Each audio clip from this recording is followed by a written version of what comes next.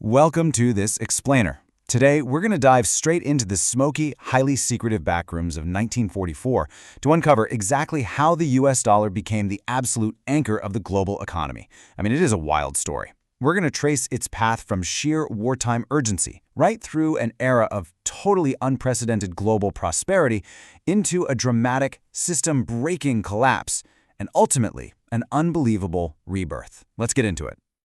To really set the scene here, picture it, July 1944. The atmosphere is incredibly tense. You can literally feel the urgency in the corridors. World War II is still absolutely raging across the globe. Yet inside the Mount Washington Hotel in New Hampshire, you've got 730 delegates from 44 different nations all gathered together.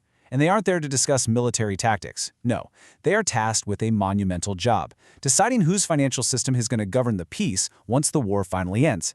So here's our roadmap for the explainer today. We'll start with the Bretton Woods master plan, then move on to how they fixed the world's money, what life was actually like inside the dollar system, how those systemic cracks started to form, and finally we'll look at the architecture of power.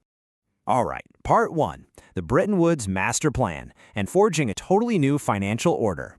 At the very center of this high-stakes drama were two brilliant men. You had frail British economist John Maynard Keynes, who was basically representing a financially hollowed-out Britain, and on the other side, American Treasury official Harry Dexter White. And let me tell you, White held absolutely all the power. Why? Because the United States is sitting on approximately $20 billion in physical gold reserves. To put that into perspective, that represented a staggering 60 to 65% of the entire world's monetary gold stock at the time. While Europe and Asia were in ruins, America's industrial base was totally intact, and they held almost all the gold. No one else at that table had leverage anywhere near this. It wasn't even close. Now, this kind of absolute American dominance didn't just happen overnight, right? Let's quickly trace the chaotic timeline that brought them to this exact point. Back in 1914, World War I completely shatters the rigid old gold standard. Then the Great Depression hits in 1929 and contracts international trade by an unbelievable 66%. By 1933, the U.S. essentially suspends its domestic gold convertibility and just starts hoarding reserves. And finally, between 1940 and 1945, World War II forces this massive expansion of U.S. industrial capacity, all while simultaneously devastating the rest of the world's economies. Which brings us to part two, fixing the world's money and the mechanics of a brand new architecture. So, with Europe in ruins and the old system totally destroyed, these delegates had to engineer a brand new system from scratch. We're talking a massive paradigm shift. In the 19th century, paper money exchanged directly for gold, and that often caused some really painful domestic deflation whenever trade imbalances popped up. The delegates at Bretton Woods replaced that rigid framework with a new dollar standard. Here's how it worked. The US dollar would be strictly pegged to gold at $35 per ounce. Then every other global currency, the franc, the pound, the yen, they would all be pegged to the dollar. So instead of relying purely on gold, the world was now relying on the US dollar as its global connective tissue. And to support this massive new dollar-centric skeleton, the agreement created two giant institutions that, honestly, you probably still hear about in the news today. They built the International Monetary Fund, or IMF, to act as a financial stabilizer giving out short-term credit to struggling nations. And they created the World Bank to finance the massive, long-term reconstruction projects needed to get Europe back on its feet. All right, let's move to part three, life inside the dollar and the golden era of prosperity. So we've talked about the high-level architecture, but what's really fascinating is how this macroeconomic design completely transformed the daily lives of hundreds of millions of people around the globe. The immediate success of the system was just staggering. It fueled West Germany's economic miracle, where their industrial output literally tripled in a single decade. It sparked Japan's massive export boom, heavily catalyzed by American military procurement. Domestically, it created a massive American boom where the median real household income doubled between 1947 and 1973. Soon enough, vital global commodities like oil and wheat were priced exclusively in dollars. It even spawned a completely new stateless currency called eurodollars, basically dollar deposits held in foreign banks that skyrocketed to over $30 billion by 1970. Meanwhile, back home in the US, this system was quietly subsidizing the American standard of living in a huge way. See, foreign central banks needed to do something with all those dollars they were hoarding, so they just recycled them right back into US treasuries. This kept American interest rates artificially low, which basically birthed a massive consumer credit boom. U.S. consumer credit skyrocketed from under $6 billion in 1945 to over $60 billion by 1965. This is the era that launched things we totally take for granted today, like Diners Club and Bank Americard, which you and I now know as Visa. But of course, nothing lasts forever. Part 4, the system cracks and the ticking time bomb.